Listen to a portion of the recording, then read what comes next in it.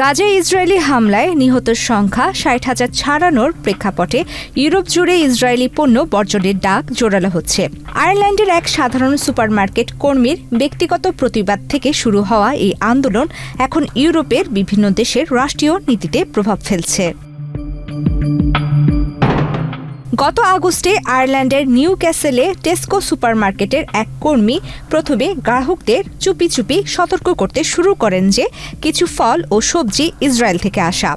পরবর্তীতে গাজায় যখন দুর্ভিক্ষ শুরু হয়, তিনি ইসরায়েলি পণ্য স্ক্যান করতে বা বিক্রি করতে সরাসরি অস্বীকৃতি জানান। এর কয়েক সপ্তাহ পর টেসকো সুপারমার্কেট কর্তৃপক্ষ তাকে সাময়িক বরখাস্ত করে। তবে প্রবল জনবিক্ষোভের মুখে চলতি বছরের জানুয়ারিতে তাকে চাকরিতে পুনর্বহাল করতে বাধ্য হয় কর্তৃপক্ষ। বর্তমানে তাকে এমন বিভাগে বদলি করা হয়েছে যেখানে তাকে ইসরায়েলি পণ্য নিয়ে কাজ করতে হয় না।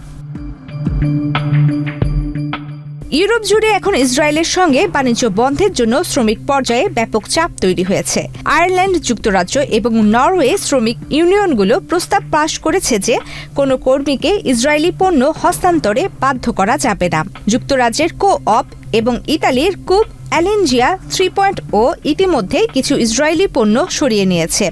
বিডিএস আন্দোলনের কর্মীরা এই প্রতিবাদকে ৮০-র দশকে দক্ষিণ আফ্রিকার বর্ণবাদ বিরোধী আন্দোলনের সঙ্গে তুলনা করছেন। রাজনৈতিক পর্যায়েও এর প্রভাব পড়ছে।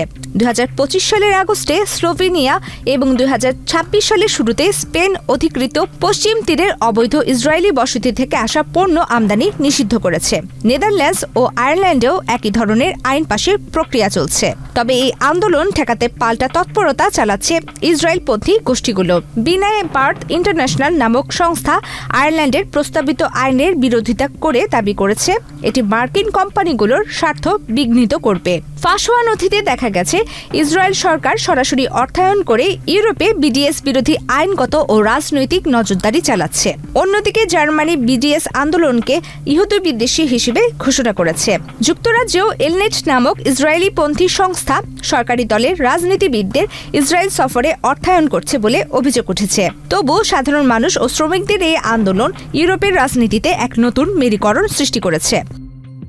প্রমিতি কিবরিয়া ইসলাম, বাংলাদেশ প্রতিদিন।